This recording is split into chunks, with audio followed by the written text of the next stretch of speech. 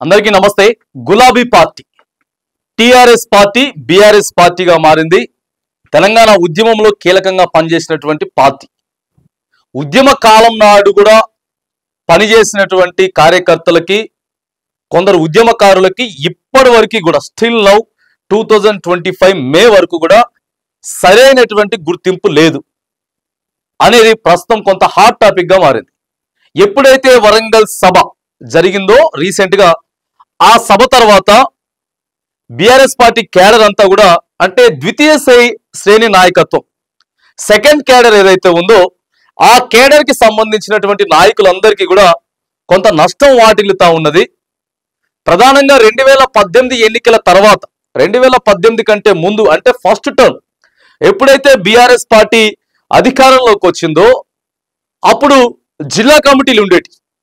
జిల్లా కమిటీలు కానీ, లేకపోతే జిల్లా అధ్యక్షులు, జిల్లా మంత్రులు, వీళ్ళంతా ఎవరైతే ఉన్నారో ఆ జిల్లాలో ఉన్నటువంటి అన్ని నియోజకవర్గాలన్నీ కొద్దిగా సమన్వయం చేసుకుంటా, అంటే అప్పర్ హ్యాండ్ ఉండేది, ఎక్కువ శాతం వారిదే ఆధిపత్యం ఉండేది.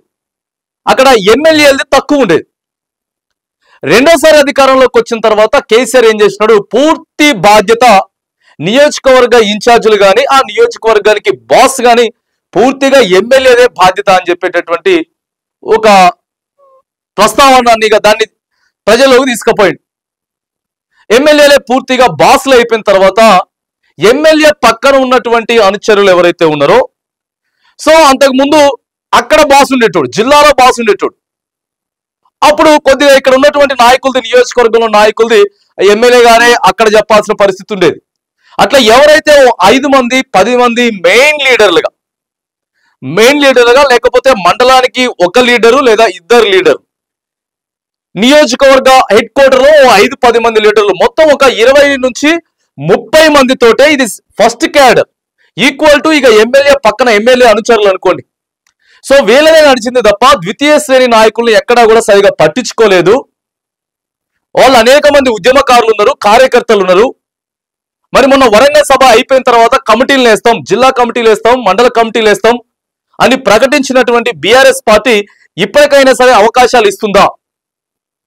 ఎందుకంటే 2018 ఎన్నికల తర్వాత అనేక మంది వేరే పార్టీ నుంచి బిఆర్ఎస్ లోకి వచ్చారు. అది తెలుగుదేశం కావచ్చు, లేకపోతే సిపిఐ కావచ్చు, కాంగ్రెస్ అవ్వచ్చు, ఇప్పటికీ కూడా పంచాయతీలు కొనసాగుతా ఉన్నాయి. ఇలా అధికారం లేకపోయినా సరే 2018 ఎన్నికల తర్వాత, అధికారం వచ్చిన తర్వాత, బిఆర్ఎస్ పార్టీ 2018లో అధికారం వచ్చిన తర్వాత ఇప్పటికీ అనేకమైనటువంటి నియోజకవర్గాలలో, ఆ మండలాలలో ఇదే పంచాయతీ నడుస్తూ ఉన్నది.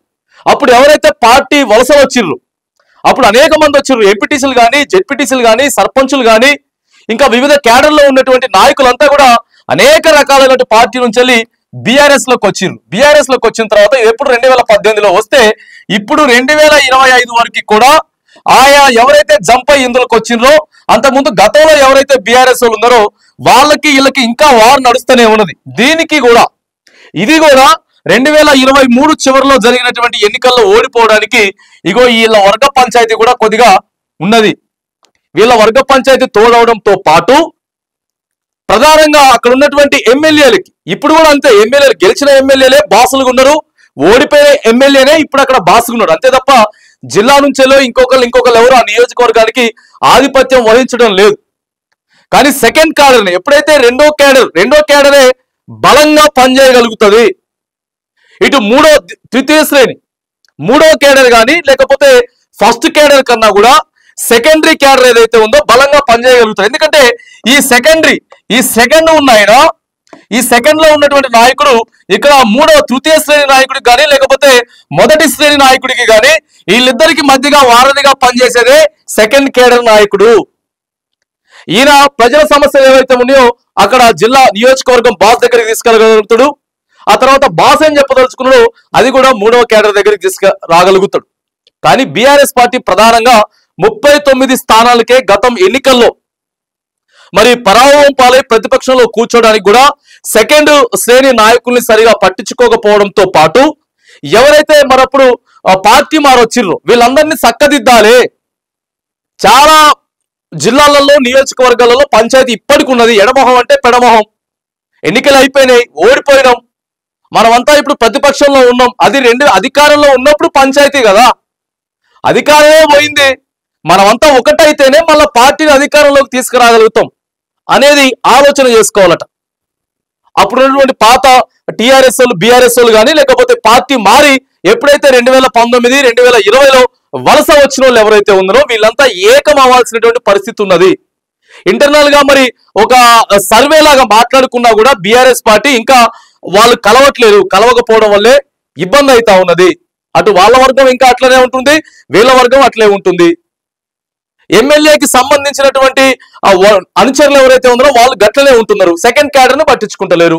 సెకండ్ క్యాడర్ కి పట్టించుకోకుండా పదవి ఇవ్వకపోతే ఏమైతుంది?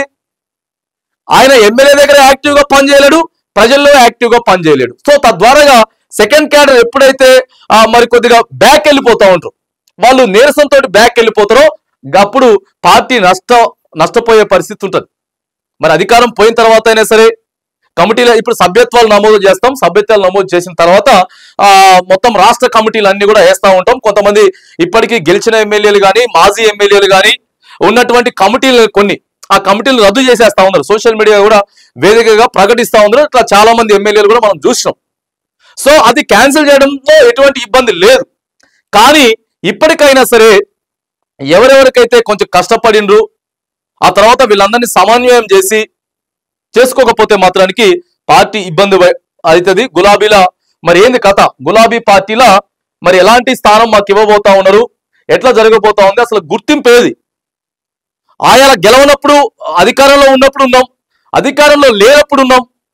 సో ఇప్పుడు కూడా బలంగా బీఆర్ఎస్ పార్టీ కోసమే, ఇగో కేసీఆర్ కోసమే పనిచేస్తా ఉన్నాం. మరి మా పరిస్థితి ఏంది అనేది చర్చ మాత్రానికి కొంత వరంగల్ సభ అయిపోయిన తర్వాత అయితే నడుస్తా ఉన్నది. ఇక ఇవేవైతే ఉన్నాయో వీటన్నిటిని సరి చేసుకుంటే మాత్రానికి ఇప్పుడు వచ్చేటటువంటి ప్రభుత్వానికి వ్యతిరేకత ఏదైతే ఉందో దాన్ని క్యాచ్ చేసుకొని యూనిట్ గా ముందుకెళ్ళగలిగితేనే మరి రాబోయేటటువంటి ఎన్నికలలో మనం గెలిచేటటువంటి అవకాశం అయితే ఉంటది అని చెప్పి ఫక్తు ఎవరెవరైతే టీఆర్ఎస్ పార్టీ కోసం ఖచ్చితంగా కష్టపడి పనిచేస్తా ఉన్నారో వాళ్ళంతా కూడా ప్రస్తుతం పెట్టుకుంటున్నటువంటి చర్చ. మరి ఆ సభ్యత్వాలు అయిపోయిన తర్వాత ఎలాంటి కమిటీలు వేస్తారు, ఎలాంటి వారికి అవకాశం ఇస్తారు, సమన్వయ లోపం ఉన్న దగ్గర సరి చేసేటటువంటి ప్రయత్నాలు మరి బీఆర్ఎస్ పార్టీ చేస్తుందా లేదా అనేది మాత్రానికి కొంత వేచి చూడాలి.